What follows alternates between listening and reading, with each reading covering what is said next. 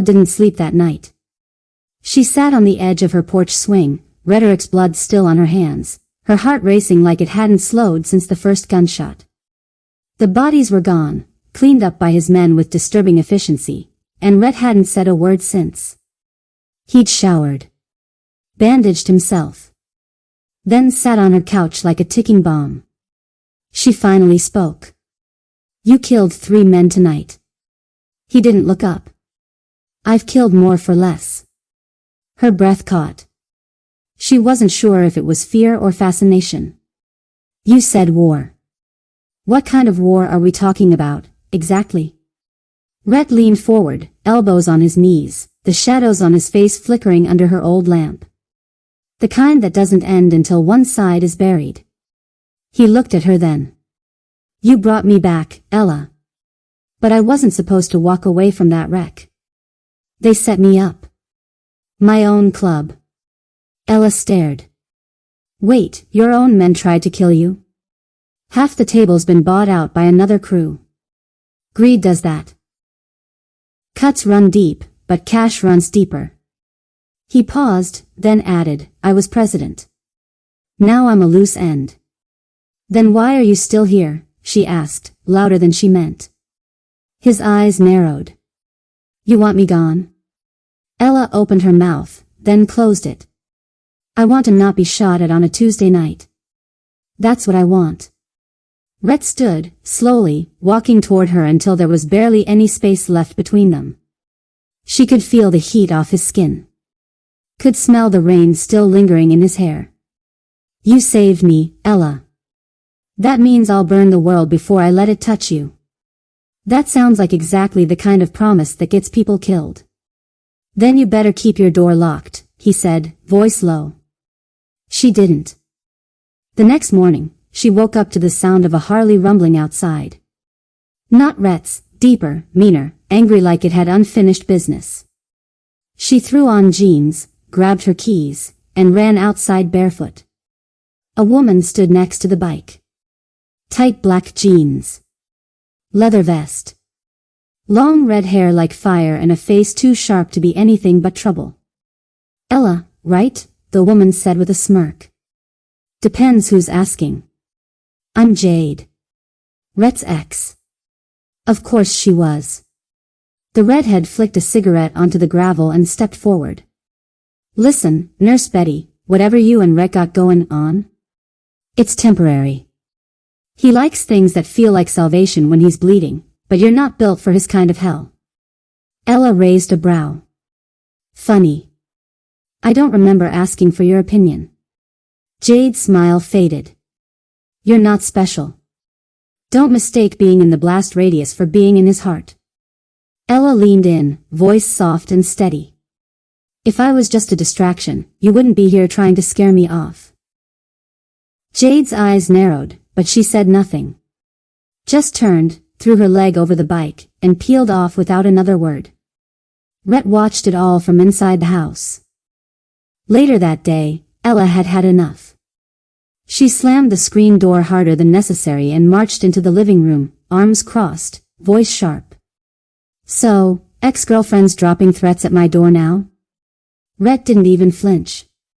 He sat on her couch, one arm draped lazily over the back, his eyes trained on the floor like he was somewhere far darker than her quiet little house.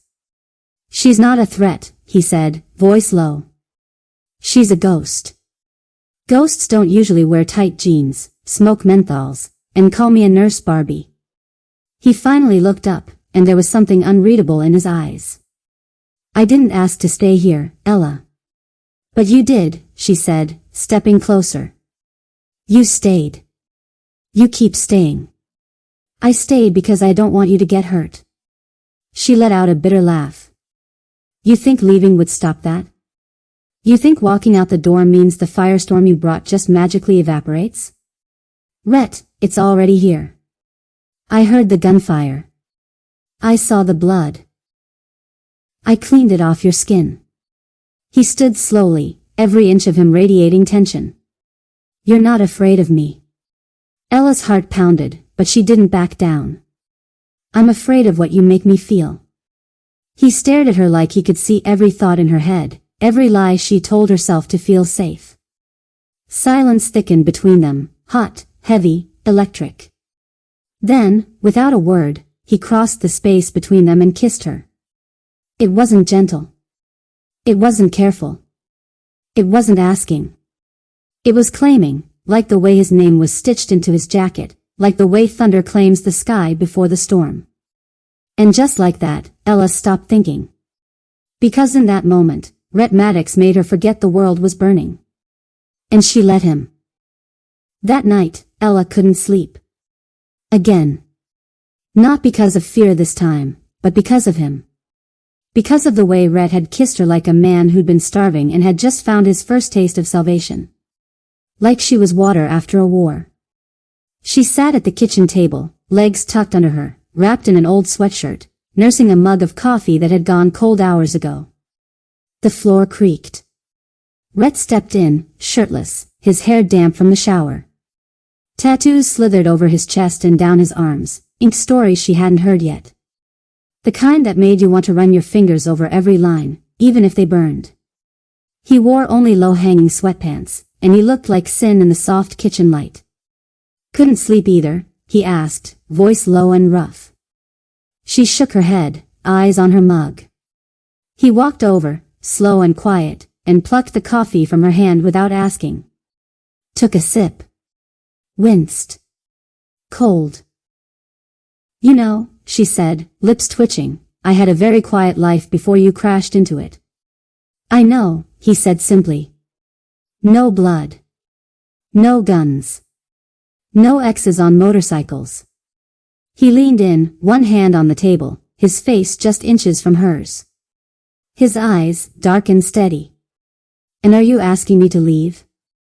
Ella opened her mouth. Paused. Closed it again.